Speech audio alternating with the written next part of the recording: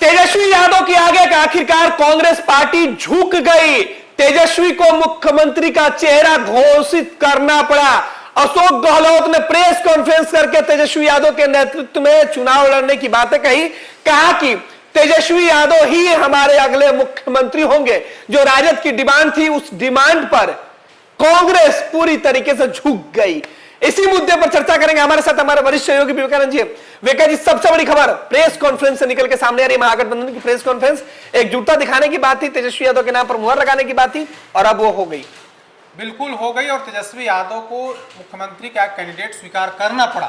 Congress party ने तमाम कोशिश की, कई तरह के हथकंडे अपनाए, कई जगह पर लंगड़ी लगाने की कोशिश की, लेकिन अंत में वही हुआ जो होना था। कांग्रेस पार्टी को नेतृत्व स्वीकार करना पड़ा।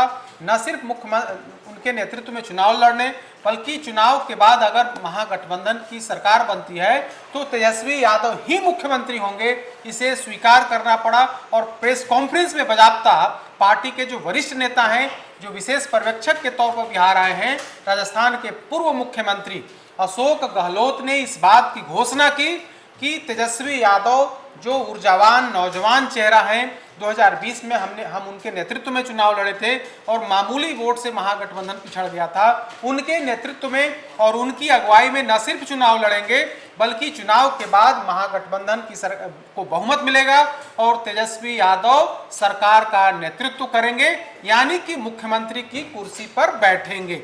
तो तेजस्वी यादव के सामने कांग्रेस का सरेंडर, और इस कदर सरेंडर हुआ कि अंत में आप देखिए कि चुनाव प्रचार शुरू हो गया है। एनडीए गठबंधन ने प्रचार शुरू कर दिया है। मुख्यमंत्री हर दिन 4-4 जनसभा कर रहे हैं, लेकिन महागठबंधन की तरफ से कोई चुनावी प्रचार नहीं हो रहा था।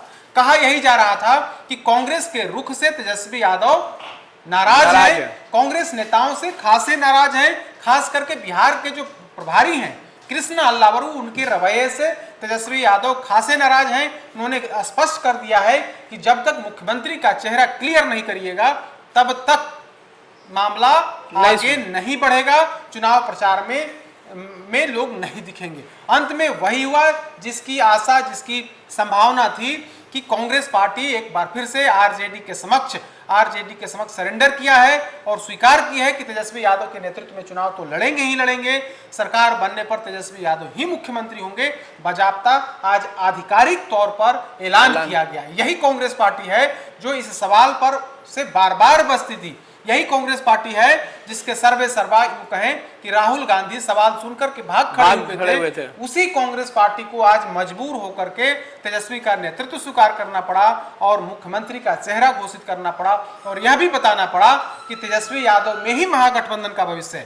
तेजस्वी यादव में ही महागठबंधन का भविष्य है, और बिहार में अगर कोई नेतृत्व करने की क्षमता है तो वह तेजस्वी यादव में है। तो इस तरह से लंबे घटनाक्रम के बाद आखिरकार कांग्रेस पार्टी उस जगह पर आई जिस जगह पर 2 महीने पहले आना चाहिए था। आखिरकार थक हार कर, क्योंकि अब कोई ऑप्शन नहीं बच गया था, क्योंकि कांग्रेस पार्टी के समक्ष कांग्रेस के जितने उम्मीदवार हैं उन तमाम लोगों की तरफ से भी दबाव था कि अगर कांग्रेस पार्टी का यही रवैया रहा तो जो अभी 19 विधायक हैं वो घट करके 10 से नीचे आ जाएंगे। कांग्रेस पार्टी के अंदर से जबरदस्त प्रेशर था नेतृत्व पर। तो अब जाकर के आज प्रेस कॉन्फ्रेंस में सार्वजनिक तौर पर अशोक गहलोत ने इस बात को स्वीकार किया कि बिना तेजस्वी महागठबंधन का कोई भविष्य नहीं है। तेजस्वी यादव में ही हमारी संभावना है, तेजस्वी यादव ही अगले मुख्यमंत्री बनेंगे। हम इसकी आधिकारिक तौर पर घोषणा करते हैं।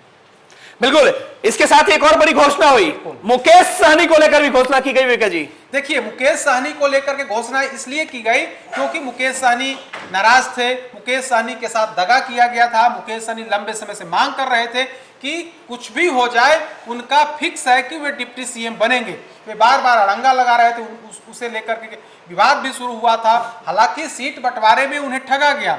जो वे 60 सीट की बातें कर रहे थे, उन्हें घटा करके 15-16 पर लाया गया, और उसमें से भी कई सीटों पर फ्रेंडली फाइट की नौबत है। तो उस स्थिति में अब मुकेश सहनी को सांत्वना पुरस्कार दिया गया है और डिप्टी सीएम का ऐलान किया गया है कि अगर सरकार बनती है, तेजस्वी यादव मुख्यमंत्री बनते हैं, तो महागठबंधन में सीएम की कुर्सी पर तेजस्वी यादव बैठेंगे, वहीं डिप्टी सीएम की कुर्सी पर मुकेश सहनी बैठेंगे। लेकिन इसके अलावा मुकेश सहनी ही सिर्फ डिप्टी सीएम होंगे ऐसा नहीं है, इसके अलावा उनके साथ साथ कई डिप्टी सीएम होंगे। उन्होंने कहा, अलग अलग अशोक गहलोत ने कहा कि सामाजिक समीकरण जो जातीय समीकरण है उसका ख्याल रखा जाएगा और उस हिसाब से अन्य डिप्टी सीएम की भी नियुक्ति की जाएगी। यानी कि भले ही आधिकारिक तौर पर घोषणा कर दिया गया हो कि जो सन ऑफ मल्लाह है मुकेश सहनी, उनको डिप्टी सीएम बनाया जाएगा, लेकिन वे अकेले नहीं होंगे, उनके अलावे कई अन्य जो हैं उसमें से संख्या हो सकता है 2 हो जाए, 3 4 हो जाए, 5 4 भी हो सकता है, क्योंकि डिप्टी सीएम तो कोई संवैधानिक पद है नहीं, कोई मजबूरी है नहीं कि एक ही बनाना है। या तो अभी बिहार में वर्तमान में 2 लोग हैं। मंत्री संविधान में सिर्फ मंत्री का पद होता है, उसी में से मुख्यमंत्री को यह अधिकार होता है कि उन्हें आप डिप्टी सीएम के तौर पर कैबिनेट सचिवालय से अधिसूचित करा दीजिए कि ये फलाने फलाने डिप्टी सीएम हो। तो उसमें संविधान में कोई बदलाव नहीं करना है, संविधान में ऐसी व्यवस्था डिप्टी सीएम की कोई व्यवस्था ही नहीं है, ना तो डिप्टी सीएम की व्यवस्था है और ना डिप्टी पीएम की व्यवस्था है, ऐसा कुछ नहीं है। तो यह मुख्यमंत्री पर निर्भर करता है कि वे किसे डिप्टी सीएम घोषित करें। तो तेजस्वी यादव ने मुकेश सहनी को डिप्टी सीएम के तौर पर घोषित करवाया है अशोक गहलोत से। अब कांग्रेस पार्टी की तरफ से यह नहीं कहा गया है कि उनके कितने डिप्टी सीएम होंगे, लेकिन कांग्रेस पार्टी की तरफ से बार बार इस पर प्रेशर बनाया जा रहा था कि 2 डिप्टी सीएम होंगे, उसमें एक अल्पसंख्यक मुसलमान समाज से होंगे और दूसरा जो डिप्टी सीएम होगा वो अगड़ी जाति से होगा। लेकिन कांग्रेस पार्टी ने कांग्रेस पार्टी ने दूसरे दल के नेता को डिप्टी सीएम घोषित किया, लेकिन कांग्रेस पार्टी की हिम्मत नहीं हुई कि वो अपने दल का डिप्टी सीएम घोषित करे, जबकि महागठबंधन में सीट समझौते में 60 के आसपास सीटें कांग्रेस पार्टी को दी गई हैं और मुकेश सहनी को 15 सीटें दी गई हैं, यानी कि 4 गुना ज्यादा सीट वाली कांग्रेस पार्टी को यह हिम्मत नहीं हुआ कि वो अपने दल से डिप्टी सीएम घोषित करा सके। अशोक गहलोत कहीं ना कहीं सरेंडर, पूरी कांग्रेस पार्टी तेजस्वी यादव के सामने सरेंडर इसलिए कर गया क्योंकि तेजस्वी यादव अड़ गए थे कि कांग्रेस का यह रवैया उचित नहीं है, हमारे एजेंडे पर कांग्रेस पार्टी काम नहीं कर रही है, हमारे एजेंडे में रोड़ा अटकाने का काम कांग्रेस पार्टी कर रही है, मुख्यमंत्री का कैंडिडेट अभी तक घोषित करने में बाधक बन रही है कांग्रेस पार्टी, डिप्टी सीएम का नाम घोषित करने में कांग्रेस पार्टी बाधक बन रही है। तो ऐसी स्थिति में कांग्रेस के समक्ष कोई विकल्प नहीं था। आला कमान को झुकाने का मुद्दा अगर बिहार में किसी के पास है तो तेजस्वी यादव लालू परिवार के पास है। एक बार फिर से लालू परिवार ने कांग्रेस आला कमान को घुटने पर ला दिया, मजबूर कर दिया कि चुनाव से पहले आप डिप्टी मुख्यमंत्री और उप मुख्यमंत्री की घोषणा करिए। वैसा हुआ, अशोक गहलोत को विशेष तौर पर बिहार में भेजा गया। पटना में वे कल से ही डेरा जमाए हुए थे और आज आधिकारिक तौर पर ऐलान किया गया है कि तेजस्वी यादव मुख्यमंत्री होंगे, मुकेश सहनी उप मुख्यमंत्री होंगे। इसके अलावा कई अन्य जातियों का ख्याल रखा जाएगा और उन्हें डिप्टी सीएम बनाया जाएगा। तो मुकेश इतना तय हो गया है कि तेजस्वी, अगर महागठबंधन बहुमत में आता है तो मुख्यमंत्री तो तेजस्वी यादव बनेंगे, लेकिन डिप्टी सीएम कितने होंगे, सिर्फ मुकेश सहनी नहीं होंगे, यह तो क्लियर हो गया।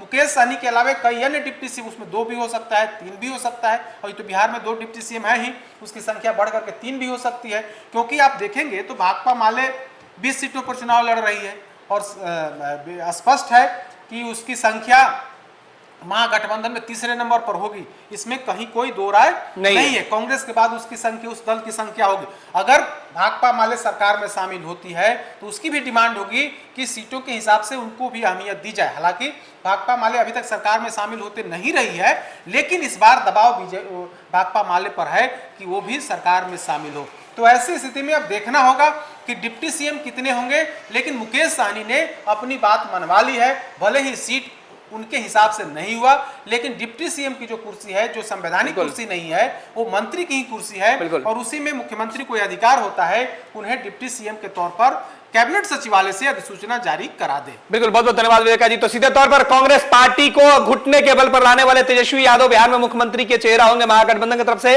यह साफ हो गया, तेजस्वी यादव मुख्यमंत्री बने या नहीं बने, लेकिन कृष्णा अलावरू जो बिहार कांग्रेस के प्रभारी थे, उनका गुरूर टूटकर चकनाचूर हो गया। कांग्रेस पार्टी को बिहार में गर्त में पहुंचाने वाले कृष्णा अलावरू को आज तेजस्वी यादव ने सबक सिखा दिया है। गोल, जहां 28 वर्षों के सफर में 18,000 से भी अधिक छात्रों ने डॉक्टर एवं इंजीनियर बनकर भरे सफलता की ऊंची उड़ान। जहां साधारण छात्र भी असाधारण सफलता प्राप्त कर बना रहे इतिहास। दूरदर्शी शिक्षाविद श्री बिपिन सिंह के मार्गदर्शन में मेडिकल एवं इंजीनियरिंग के लाखों छात्रों के लिए आशा की किरण के रूप में। Goal the result factory.